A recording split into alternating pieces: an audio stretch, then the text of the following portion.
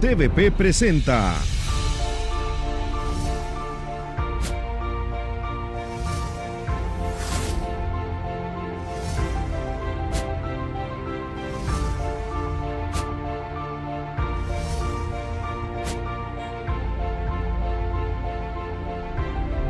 Imágenes del campo.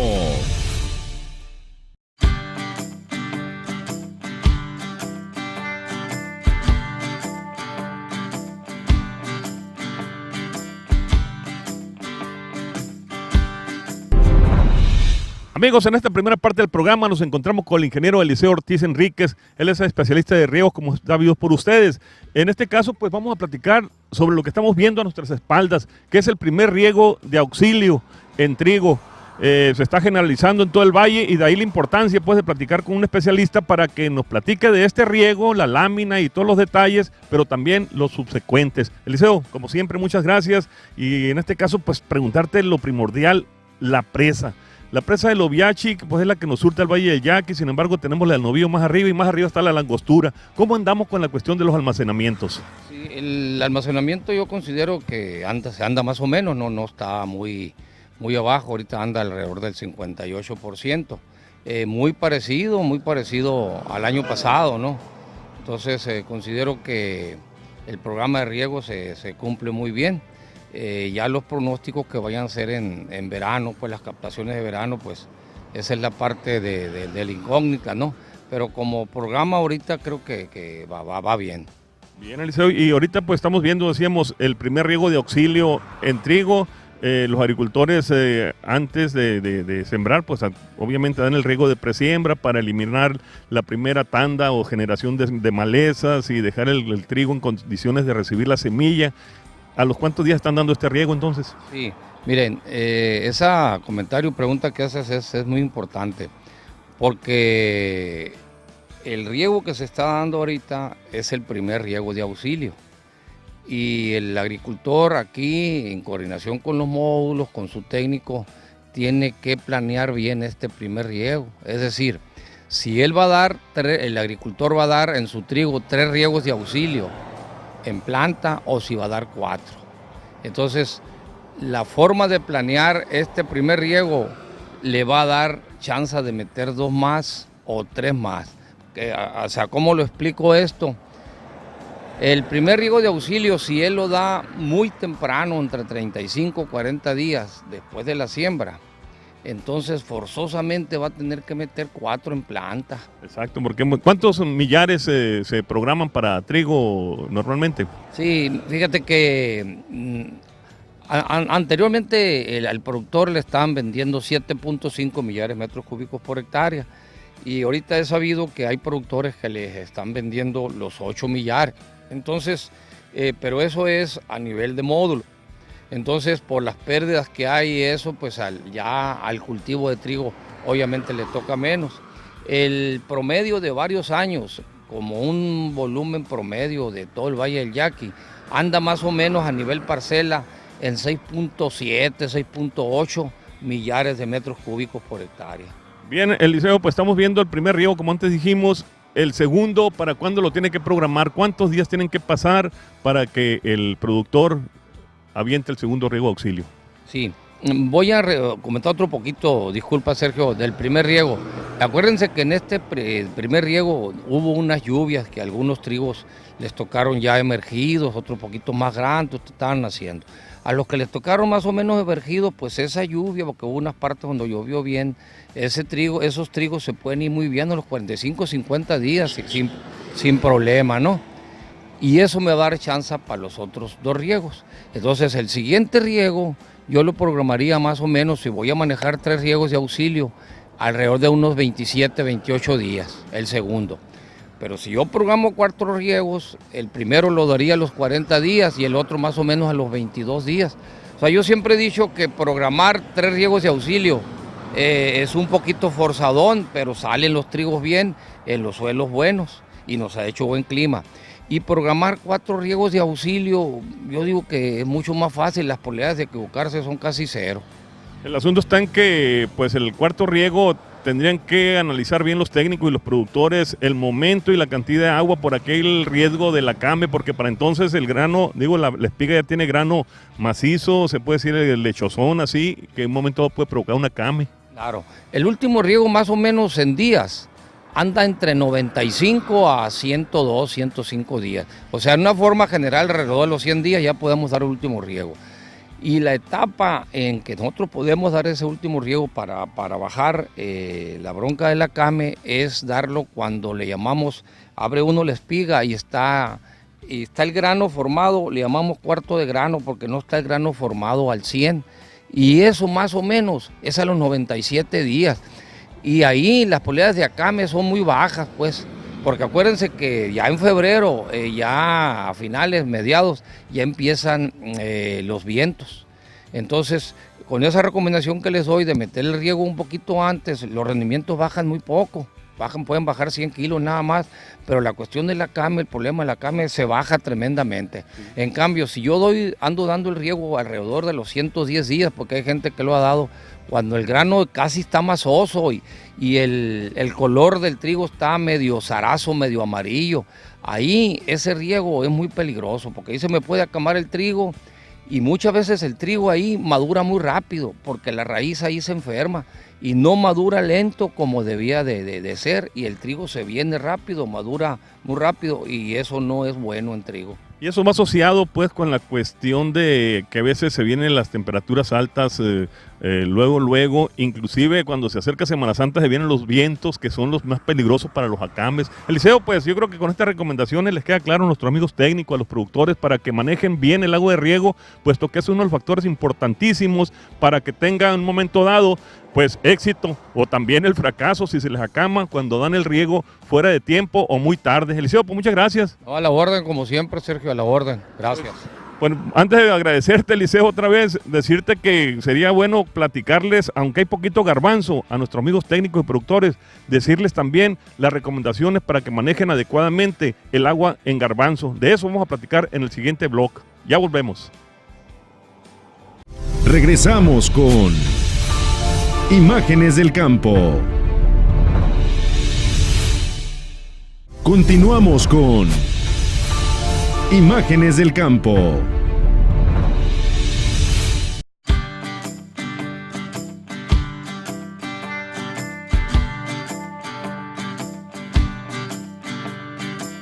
Amigos, estamos de regreso aquí en Imágenes del Campo. Seguimos con nuestro amigo el ingeniero Eliseo Ortiz Enríquez, él es especialista de riegos. Acabamos de ver pues cómo manejar el agua de riego en el cultivo de trigo, que es la mayor superficie en el Valle del Yaqui. Ahora nos encontramos a nuestras espaldas en una parcela de garbanzo. El garbanzo es una leguminosa de mucha importancia en nuestra región, aunque este año el área se cayó debido a que el año pasado los productores obtuvieron pues pocas ganancias, hubo mucha área y ahora pues este año dijeron pues le vamos a bajar el área, chanza, y ahora repunte el precio. Quiero decirles con esto que andan más o menos alrededor de 2,000 hectáreas en el Valle del Yaqui y pues Sinaloa se destaca. Precisamente le queremos mandar un saludo a toda la gente garbancera que no sembró mucho también en Sinaloa, allá por el lado de Guamuchi, el Guasave, a toda la gente también un saludo a la gente del ejido 2 de abril, por ahí el ejido Azteca, de los Mochis, el Carrizo y todos esos puntos, el Campo 5, el 6. Decirles que desde aquí les enviamos un cordial saludo y vamos a platicar ahora sobre el cultivo de garbanzo, cómo se maneja el riego, y para ello pues ni se pinta pues solo el ingeniero para que nos diga la cuestión del garbanzo, pues es muy diferente a otros cultivos, ingeniero. Sí, gracias, Sergio. El garbanzo con respecto a trigo que vimos ahorita en riegos es un manejo de la noche a la mañana completamente diferente. Ejemplo, el trigo yo lo puedo inundar por varias horas y prácticamente no le pasa nada. El garbanzo, por ejemplo, cuando lo regamos nosotros no lo debemos inundar. Si el garbanzo lo inundamos por varias horas, el garbanzo se muere, entran hongos y se pudre y se empieza a secar. Bueno, otro detalle importante en los garbanzos es el tipo de suelo. El garbanzo responde mucho, tremendamente al tipo de suelo. Por ejemplo, el manejo de los riegos en los suelos de barrial compactado aquí en el Valle del Yaqui es un manejo. El manejo de los riegos en el barrial profundo es otro manejo. Y el garbanzo en los suelos de aluvión también se maneja diferente. Por ejemplo, yo puedo obtener rendimientos muy buenos, a veces con ningún riego de auxilio. Y puedo tener rendimientos buenos con un riego de auxilio, con 2 y hasta 3, dependiendo básicamente del tipo de suelo. Entonces, vamos a hablar sobre el suelo de barrial compactado, que más o menos es el 8% de la superficie del Valle del Yaqui, alrededor de unas 20,000 hectáreas, 25,000 hectáreas más o menos. Aquí el garbanzo, si no le damos ningún riego de auxilio, el rendimiento baja.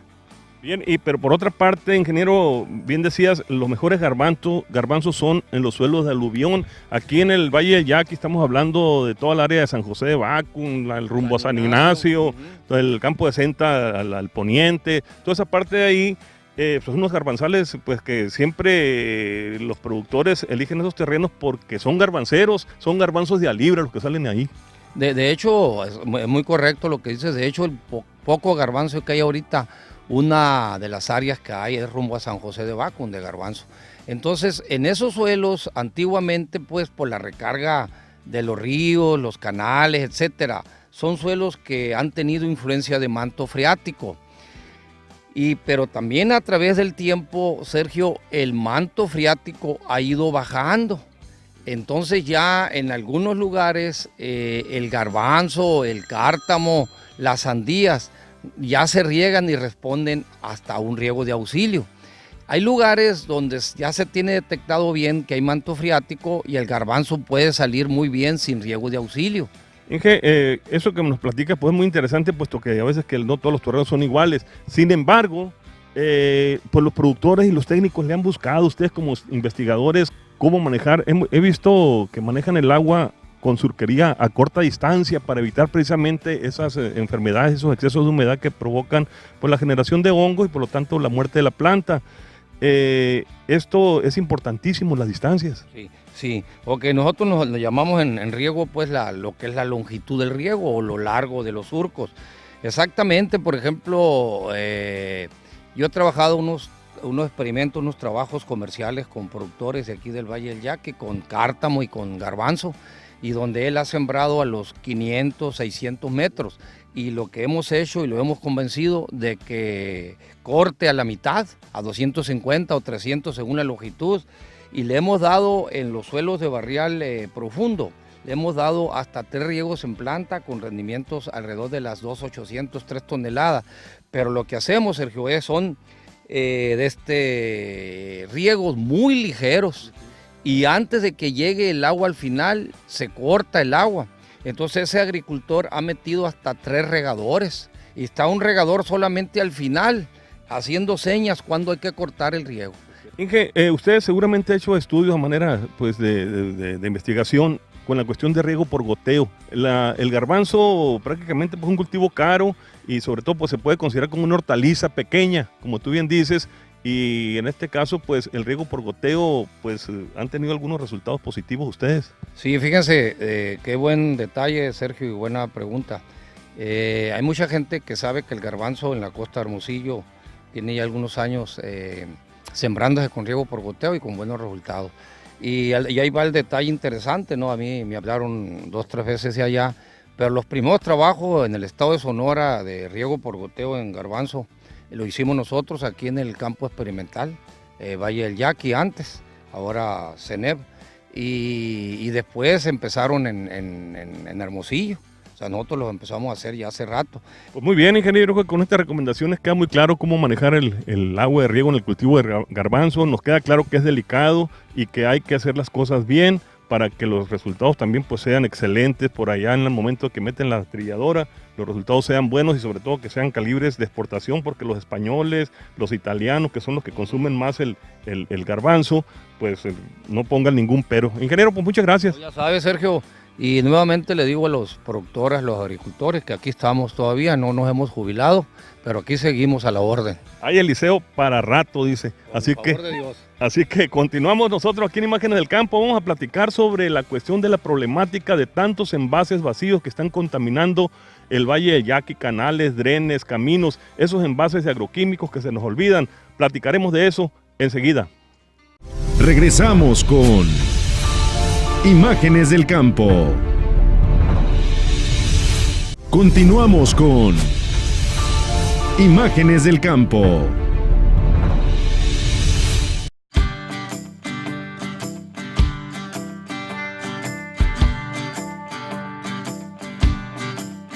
Amigos, estamos de regreso aquí en Imágenes del Campo y en estos segmentos vamos a platicar con Ana Bella Rivera Ansaldo. Ella es coordinadora regional de una asociación civil muy interesante, se llama Amocali, y pues hacen un trabajo muy importante relacionado pues con mantener el campo limpio. La recuperación de envases vacíos de agroquímicos en México no es una tarea fácil, de ahí que se requiere la participación de técnicos, de productores, de aviadores, mayordomos, todos los que tienen que ver con la cadena productiva. Y pues decirles que el México pues se destaca a nivel Latinoamérica porque después de Brasil y Argentina, México pues ocupa el tercer lugar en la recuperación de envases vacíos de agroquímicos que tanto daño causan a la naturaleza, al medio ambiente, cuando estos pues no se recogen, no se acopian y no se les da un uso final, en este caso pues un reciclado. Vamos a platicar de esto y más con Ana Bella, pues de esta organización que está a nivel nacional, pero pues Ana Bella, agradecerle la oportunidad que tenemos de platicar nuevamente de este tema tan interesante, puesto que ahorita en estos momentos en el Valle del Yaqui está todo lo que da la aplicación de herbicidas, fungicidas, además de insecticidas para controlar los diferentes problemas que hay en el campo, y la cuestión de los envases pues es un dolor de cabeza. Para ello pues nació la organización de ustedes. ¿Cuál es el nombre de la organización y cuál es el objetivo? Hola, pues muy buenos días, Sergio. Pues nuevamente gracias por la invitación, por el tiempo y por la preocupación tuya y del programa, pues para hacer esto llegar a más personas, ¿no? A un nivel mayor. Yo trabajo para lo que es Amocali AC. Somos una asociación civil que se encarga de la recolección de envases vacíos de agroquímicos y además un manejo integral de esos envases. Trabajamos directamente desde el que genera el envase hasta el usuario final, los distribuidores, los puntos de ventas, los formuladores y las agrícolas, para poder tener todo el ciclo de vida cubierto, ¿no? Bien, en este caso Amocali, ¿cuál es su área de acción? Sé que es una organización a nivel nacional, pero su coordinación, ¿qué abarca? Yo coordino lo que es Sonora y Baja California y tenemos un alcance a nivel nacional. Estamos en todos los estados de la República a través de los comités estatales de sanidad vegetal, las juntas locales de sanidad vegetal y algunas particulares que apoyan ampliamente el programa y el objetivo de este mismo, ¿no? Que nuestro objetivo es cuidar la salud y el medio ambiente para que podamos tener obviamente pues más producción, más rentabilidad y a su vez disminuir los impactos negativos a la salud. Que son muchos cuando se hace mal uso de estos envases o cuando una aplicación no se hace adecuadamente, viene la contaminación de suelo, aire, agua, y pues los mantos freáticos también se ven afectados, y de eso pues se trata precisamente de reducir al mínimo esta posible problemática de alto impacto negativo al medio ambiente. Aquí en el Valle del Yaqui, en el sur de Sonora, pues una zona eminentemente agrícola, se utiliza mucho agroquímico, podemos decir que son miles y miles de litros que se aplican año con año, ciclo tras ciclo. Sin embargo, pues ustedes deben de tener estadísticas, cómo fue el comportamiento, cuántos litros o toneladas de envases recuperaron ustedes en relación pues a los litros tirados. Es correcto. En Valle del Yaqui se aproxima que se generan unos 70, 80 toneladas de esos envases vacíos. Y en 2018 se recolectaron únicamente 41.5 toneladas aproximadamente. ¿A dónde fueron las demás? Pues lamentablemente muchos los queman o están todavía tirados en el campo, o también lamentablemente están muchos en piratería. Son esas tres problemáticas que estamos combatiendo y tratando pues de unir fuerzas para combatir todo eso. Bueno, pues lamentable eso de que no se junten.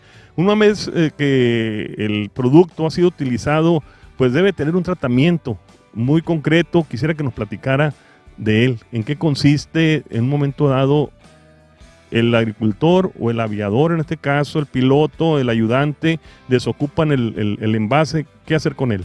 Después de utilizar el envase se hace el triple lavado. Ese se debe hacer, Sergio, al momento de hacer la mezcla. porque además aprovecha al máximo el productor el producto. Esto quiere decir, si no se hiciera ese tipo de proceso, el agricultor estaría perdiendo un 2 a 4% del producto, y eso obviamente se refleja en números. Entonces, además, para evitar algunas pérdidas económicas, se aprovecha al máximo el producto y el envase lo protegemos al eliminar el 99.9% del residuo tóxico que es el agroquímico. Este proceso se le llamamos comúnmente el triple lavado, y ya es muy conocido por los agricultores, por los aerofumigadores, que consiste simplemente en realizar 3 veces el lavado con agua limpia, y el agua que se desecha se echa en la misma mezcla que se está haciendo. ¿Para qué? Porque no se puede verter en cualquier parte, pues, por ser un residuo tóxico. Entonces, hasta el momento de hacer la mezcla, se aprovecha al máximo y tenemos pues todos una relación de ganar-ganar. Bien, y en este caso las tapas, tengo entendido también que se recolectan aparte. Sí, es correcto. Se le pide al usuario que separe las tapas de los plásticos para poder así tener una mayor operación y eficiencia en los centros de acopio, ya que esos tipos de materiales van a destinos diferentes. Entonces, pues nuestro objetivo también es darle un valor agregado a esos productos, que si no se les hace triple lavado y si no se envía a los centros de acopio, pues ahí quedaría como algo de desperdicio de basura. Entonces estos tienen una oportunidad de tener un paso más en su cadena y pues ser utilizados de alguna otra manera. Y por otra parte, pues es muy importante también la perforación, esto para que no se vuelvan a reutilizar. Es correcto. Una de las partes principales es la perforación. Mucha gente no lo hace, Sergio, pero lo pedimos, hacemos mucho hincapié, porque se han tenido casos de piratería o gente que lo utiliza en el valle, en los campos, para tomar agua, para guardar alimentos. Entonces, y de esa manera se han tenido muchas intoxicaciones en niños, en adultos, y aparte de esas cuestiones en la salud, además la piratería, y además porque también se han tenido incidentes en centros de acopio que las personas que andan en esos ámbitos pues quieren robar ese tipo de envases, ¿no? Bien, bueno, ahí vamos a un pequeño corte porque está muy interesante el tema de la cuestión de los envases, y vamos a ir platicando para ver cómo hacer un centro de acopio, dónde están o cuáles serían los requisitos que en un momento dado de cumplirse para establecer un centro de acopio, ya sea estable o un momento dado pues que sea una especie de batangas o temporales, como ellos le dicen. Ya volvemos. Regresamos con Imágenes del Campo. Continuamos con Imágenes del Campo.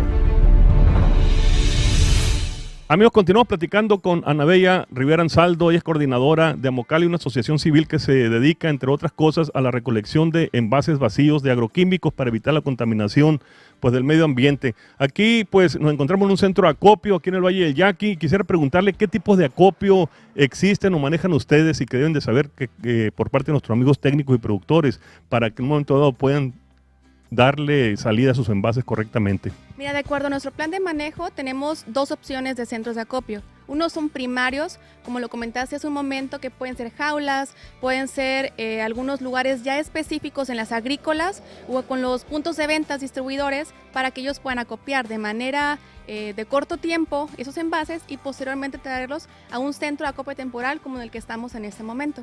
Bien, y aquí estamos precisamente en este centro de acopio temporal. Si vemos acá atrás de nuestras espaldas, vemos precisamente que tenemos los envases en costales. De esta manera es como llegan, Ana Bella, aquí al centro de acopio para empezar su proceso. Es correcto, Sergio.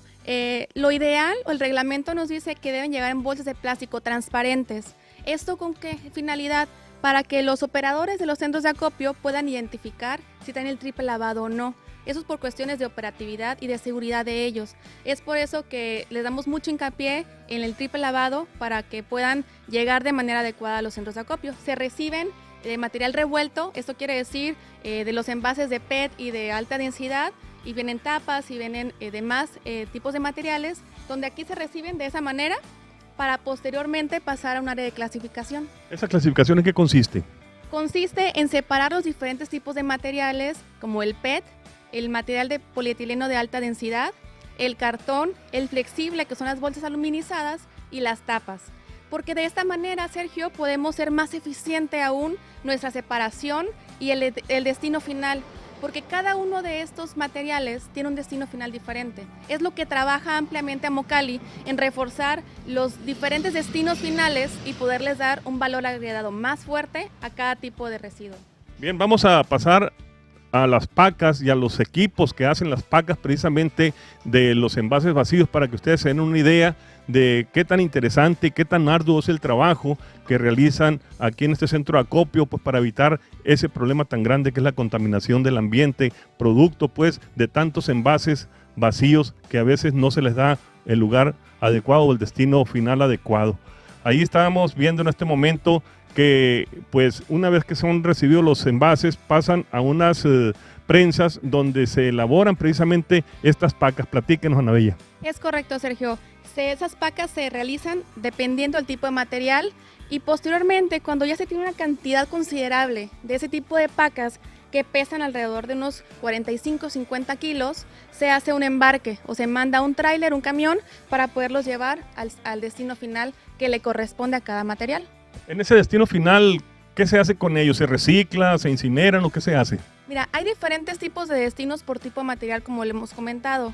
El polietileno de alta densidad y las tapas son los únicos materiales que se pueden reciclar ahorita por el residuo que contuvieron. Las pacas de PET, al contener un residuo tóxico, es mucho más difícil su proceso de reciclaje. Entonces, estos se mandan con cementeras que están autorizadas por la normatividad para que ellos lo utilicen como un combustible alterno. Déjame decirte que México es el país número 1, el único que tiene este destino final para el PET que no sea la incineración controlada.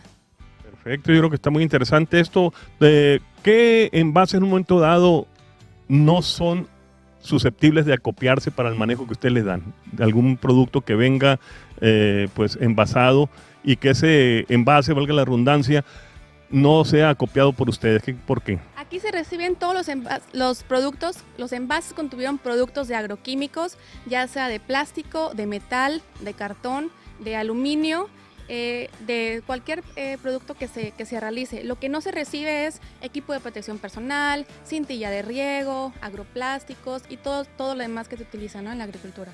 Bueno, yo creo que está muy interesante lo que nos platica. Aquí estamos viendo, pues, amigos, cómo están los envases ya acopiados, los cartones, las pacas de envases ya en un momento dado, pues, prensados, así como también estamos viendo los cartones, los envases de cartón prensados y debidamente, pues, acomodados, listos para el embarque, para su destino final. Pues, Ana Bella, pues yo creo que es interesante y destacable la labor que hace Amocali. Yo creo que vale la pena que nuestros amigos que trabajan en el campo sepan que es importante recuperar sus envases, darles el triple lavado, perforarlos y traerlos a los centros de acopio, ya sea primarios o temporales. Es correcto, como comentas, y además pues queremos hacerles llegar el mensaje a los agricultores, a todos los que nos pueden ver a través de tu programa, para invitarlos a seguir participando, que no se desanimen porque hay muchas personas que sí cumplen, que sí lo hacen, pero lamentablemente aún nos falta mucha cultura. Tenemos mucho trabajo por hacer, pero sabemos que si hacemos alianzas, si hacemos equipo, pues podemos llegar más lejos, ¿no? Y tener pues más centros de acopio temporales, cuidar la salud, porque pues lamentablemente el Valle del Yaqui, pues sabemos que de repente tenemos muchas enfermedades, pero que teniendo un buen uso, un buen manejo, un buen destino de esos productos, se disminuyen todo ese tipo de riesgos, ¿no? Y aumentamos la sustentabilidad del medio ambiente, que es donde todos estamos viviendo y respirando, ¿no? Perfectamente, tenemos que cuidar la casa en común, que es nuestro planeta, y practicar en este caso pues una agricultura sustentable, y parte de esa agricultura sustentable es esta práctica del acopio de envases vacíos, como hay muchas prácticas, las buenas prácticas agrícolas para hacer precisamente una agricultura sustentable. Ana Bella, pues muchas gracias, amigos. Regresamos en un momento porque tenemos más aquí en Imágenes del Campo. Regresamos con Imágenes del Campo. Vamos con Imágenes del Campo. Amigos, continuamos aquí en Imágenes del Campo. Déjenme decirle que ahora nos encontramos en una parcela de maíz. El cultivo de maíz es muy importante en el Valle del Yaqui, puesto que el año pasado fue una superficie considerable. Hoy se repite prácticamente, dado pues que muchos productores se fueron por esta opción por la cuestión de la rentabilidad principalmente. Pues hemos platicado con muchos productores, pero en esta ocasión nos encontramos con uno especial, que es el licenciado José Manuel Román Portela. Él ha sembrado pues soya en el verano con agricultura de conservación, es triguero, es maicero, y pues le va bien porque hace los trabajos puntuales, y de aquí agarramos el modelo para pasárselos a nuestros amigos técnicos y productores también, para que pues también les vaya igual que a él. Pues, licenciado, gracias por atendernos en otra ocasión nuevamente. Ha sembrado usted, como antes dije, trigo, ha sembrado maíz, soya, utilizando el sistema de agricultura de conservación. Ahora pues estamos en un maíz bastante bueno. ¿Qué tipo de labranza utilizó aquí? Sí, fíjate, muchas gracias, señor Raúl, por la oportunidad de estos comentarios. Aquí pues tenemos establecido un maíz con un método tradicional, ¿no? En esta ocasión no hicimos labranza de conservación, puesto que una de las razones es que la semilla es cara y hay que hacer una siembra muy bien hecha. Y a veces que la agricultura de conservación pues no permite, por la cuestión de los residuos, que colocar adecuadamente en cantidad y en distancias y profundidad a veces. Sí, pues bueno, sí, hay que precisar, ¿no? No es que la labranza de conservación no sirva para el cultivo de maíz, simplemente que se busca que haya mucha precisión en la siembra para que haya mucha uniformidad en la nacencia y mucha uniformidad en el rendimiento de producción. ¿Y la tradicional te refieres pues que te aventaste con el barbecho desde ahí en adelante o no barbecharon? Sí, fíjate que aquí de hecho venimos de maíz sobre maíz y pues necesariamente tuvimos que barbechar para incorporar. Precisamente otro de los métodos de labranza de conservación es la incorporación de materia al suelo, y por eso es que barbechamos, ¿no? Aquí está incorporado el 100% de la paja al suelo, y hemos notado inclusive que nos hace un mejoramiento de suelo, no probablemente en nutrición, sino en textura y manejo del suelo. Sí, definitivamente, pues la estructura en este caso es la que se ve modificada en un momento dado de cultivo a cultivo, dependiendo del sistema radicular, y el caso del maíz pues lo tiene de manera muy particular, como es el caso del sorgo también. Pues por otra parte, decir de labranza es interesante, pero también platicar de la cuestión del método de siembra. Utilizaste surquería, pues muy bien de hecho, yo creo que lo hicieron con GPS al parecer. Sí, fíjate, bueno, aquí lo que hicimos es la tradicional, hablamos de barbechos, rastreos, barbecho para incorporación de rastrojo, los rastreos, el surcado, riego y siembra, ¿no? Sí, efectivamente el surcado lo hicimos con GPS. ¿A qué distancia? Lo tenemos a una distancia de 80 centímetros entre cama y cama, y entre línea y línea, y entre mata y mata tenemos alrededor de 12 centímetros, que nos da como 9 plantas por metro. 9 plantas por metro. Yo creo que es suficiente la población, y yo creo que una población ya de 90 a 100 mil plantas por hectárea pues ya garantiza una producción, cuando el clima es de lo mejor, tipo el estado de Sinaloa. Por otra parte, preguntarte, el material que utilizaste es ¿qué híbrido? Bueno, en esta ocasión, en esta parcela nosotros tenemos la variedad Armadillo, y el año pasado teníamos Caribú. Decidimos que Armadillo porque cuando menos el año pasado se notó que tuvo menos acame. Algunos productores el año pasado tuvimos mucha merma por el tema de la acame, ¿no? Que probablemente no es propio del material, pero pues los vientos sí vencieron el año pasado y tuvimos ahí merma bastante representativas. Bien, tuvimos una heladita muy regular a finales del 2018. ¿Cómo te fue con este cultivo? Puesto que muchos maíces se vieron afectados de forma total, otros en una parte, otros leve. ¿Y a ti en lo particular cómo te fue? Fíjate que, antes que nada, un buen susto, ¿no? Porque sí tuvimos daño. Afortunadamente, en base a la fecha de siembra que teníamos nosotros, no tuvimos afectación, pero eso fue una cuestión casuística, ¿no? Todo lo que sembramos a partir del 20 de noviembre para adelante, el daño fue menor, y pues aquí lo estás viendo, aquí tuvimos nosotros un daño más o menos de entre el 10 y el 20%. Sí, fíjate que como productor puedes saber que se están promoviendo las fechas un tanto ya no por allá como se hacía antes, desde agosto, septiembre, sino venirse un poquito más acá hasta diciembre y enero inclusive, para reducir los riesgos de la helada. Y pues ojalá que todo lo que resta de febrero, que es el mes peligroso después, y porque marzo ya empieza a calentar, ojalá que no se presente ninguna helada, entonces iba a arrasar con todo, como en aquel 2011, ¿te acuerdas que fue una catástrofe climática en ese tiempo? Y que pues estas heladas de los días últimos de diciembre, pues ya prácticamente pues es un mes lo que está en recuperación el maíz, y tiene muy buen porte, muy buena recuperación. ¿Algún tratamiento que hayan dado ustedes para recuperar esas plantas heladas? Fíjate que en esta ocasión, en este año, no hicimos un tratamiento específico. Seguimos con nuestra fertilización de auxilio y el riego. Nosotros traíamos aquí, hablamos de la fertilización de una vez, ¿sí? Nosotros teníamos una fertilización base, consideramos que muy buena, que consistía en base sólida, que era nitrógeno, fósforo y potasio, con la fuente de urea, 300 de urea, 100 de fósforo y 100 de sulfomac, que es azufre, magnesio y zinc, azufre, magnesio y potasio, y algunos micros. Cuando ya se presentó lo de la helada, nosotros estábamos muy cerca de la fertilización de auxilio. Entonces nosotros vimos que esperar tantito para ver la reacción de la planta fue mejor. Y eso hizo que decidiéramos empezar a fertilizar de manera normal, siguiendo la ruta de manejo que teníamos, la ruta planeada. Ajá. Y creo que el resultado fue bueno, porque ahí está el cultivo recuperado, ¿no? Perfecto, pues vamos a hacer un pequeño corte para seguir platicando con este productor reconocido aquí en el Valle, José Manuel, porque él nos ha dicho muchas veces que la agricultura tiene sus secretos, y el secreto principal es estar al pie del surco. Ya volvemos. Regresamos con Imágenes del Campo. Continuamos con Imágenes del Campo. Amigos, estamos de regreso aquí en este cultivo de maíz.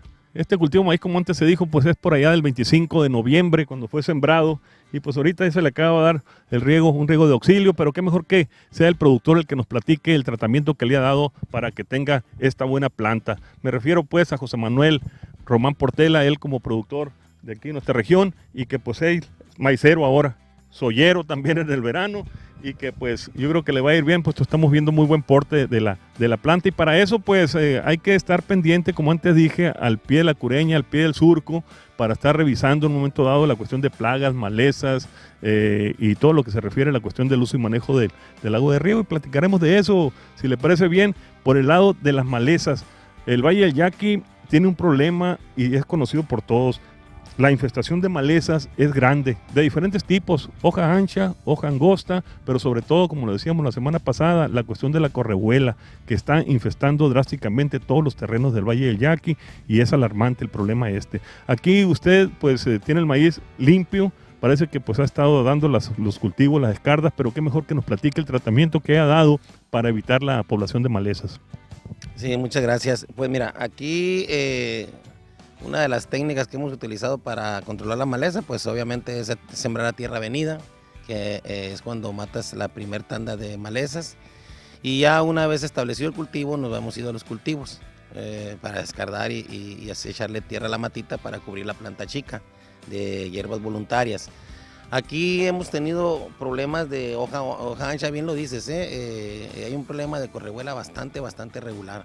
Afortunadamente estamos con hoja angosta en este cultivo y hay muchos productos para controlar la hoja ancha, inclusive productos que son muy de uso delicado, ¿no? Y tienen muy buen control. También tuvimos un poquito de hoja angosta, pero eso lo controlamos con los avenicidas, porque pues es muy caro el producto selectivo, ¿no? Pues aquí va a tener chance en un momento dado, de acuerdo al cierre, de meter otra vez la cultivadora, ¿o ya no? Sí, estamos viendo, ¿no? Hay parcelas donde ahorita inclusive andamos pegándole una cultivadita con una vertedera al centro, reviviendo surco prácticamente, pero matando la hierbita y aplicando un poquito de insecticida. ¿Insecticida me dice? Sí, en el caso del insecticida, en este caso un nombre comercial que es Pounce, ¿no? No recuerdo la cuestión química, pero es una segunda pasada para proteger la presentación del gusano cogollero. Pero antes del gusano cogollero, pues cuando la plantita está emergiendo, pues el cuidado lo deben de tener con el gusano trozador, y posteriormente con el trips. ¿Cómo se comportó en esas etapas críticas antes de los 45 días, antes de prácticamente cuando está chico el maíz? Fíjate que en la poquita experiencia que yo tengo, no hemos tenido problemas graves con trozador y trips en las primeras etapas. En este año en especial no tuvimos problema de trozador grave, ¿no?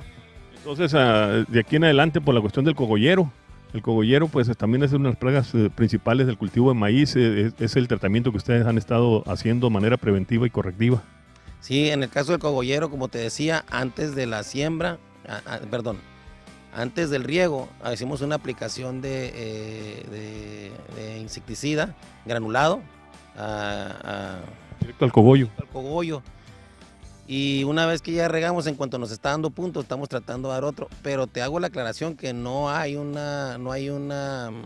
umbral económico ese del que hablan los ingenieros no se está presentando, ¿no? Aquí nada más es tener mejor el cultivo, más apostándole a una mejor cosecha, ¿no? Y hay que ver también, evaluar en un momento dado la fauna benéfica que mucho ayuda para contrarrestar la fauna nociva, como son la cuestión de los lepidópteros, toda la cuestión de gusanos. Ya posteriormente, en un momento dado, los que sembraron tarde, me refiero en este mes de de enero que acaba de pasar, pues ya tendrían otro complejo de plagas cuando esté la planta grande, como es la mosquita del estigma, que hay que estar muy pendiente, la araña también, las chinches que le pegan a los gilotes y adiós maíz, si no se cuida. Por otra parte, pues el agua de riego, estamos viendo que está recién regado. Ustedes hicieron el riego de asiento, el de presiembra que le llamamos. Posteriormente, ¿qué hicieron en cuestión del manejo del agua y qué piensan hacer de aquí a que termine el ciclo?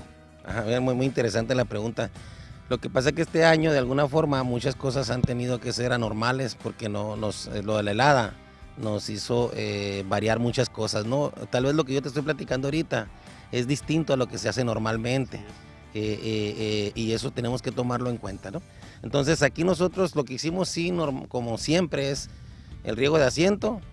A los 20 días revestimos, a los 23 días sembramos y tuvimos que regar a los 45 días después de sembrado, porque el cultivo sí aguantaba más días, pero necesitábamos echarle agua para revivirlo por la cuestión de la helada. Entonces, por una cuestión de rescate del cultivo, tuvimos que adelantar ese riego, que probablemente nos genere al final un riego más. Sí, pues precisamente esa es la importancia de platicar con los productores directamente en campo, porque este ha sido un año atípico en función de las heladas, como bien lo menciona, y pues es bueno reorientar acciones y a tiempo. Con ese tipo de experiencias que le hacemos llegar a través de imágenes del campo a todos los técnicos, a todos los productores, a todos los que tienen que ver con la producción agrícola en la región, pues este tipo de experiencias tenemos que replicarlas para que a los productores les vaya bien, que finalmente es lo que se desea. Pues yo creo que está interesante platicar de maíz y platicar de otros cultivos. Vamos a tener más tiempo que vida para seguirlo haciendo futuro. Le queremos agradecer la oportunidad de hacerlo, de hacer esta entrevista en esta ocasión. Estamos prácticamente iniciando el mes de febrero y pues ojalá que las temperaturas sean las adecuadas para todos los cultivos, que siga siendo frío para el trigo, pero no tanto para el maíz porque se nos hela. Entonces sí, buenos días, buenas noches, ya nos vemos. Así es, como dices tú, hay más tiempo que vida, hay que seguir platicando. Ahí pues después, Raúl, te vamos a invitar ahí a unas pláticas que queremos hacer que tiene que ver con el desarrollo del campo, ¿no? En general aquí, y pues vas a estar ahí muy bien apuntado.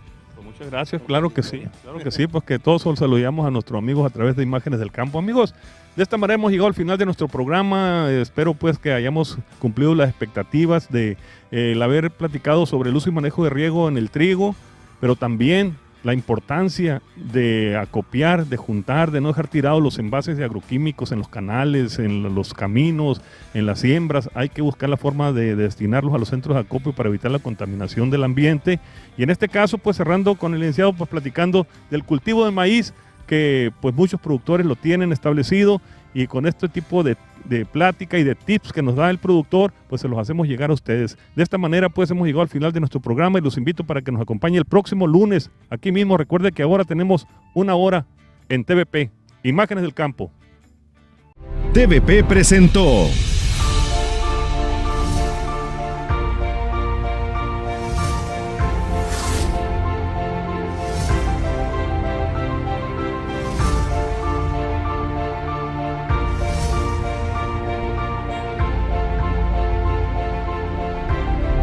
Imágenes del Campo.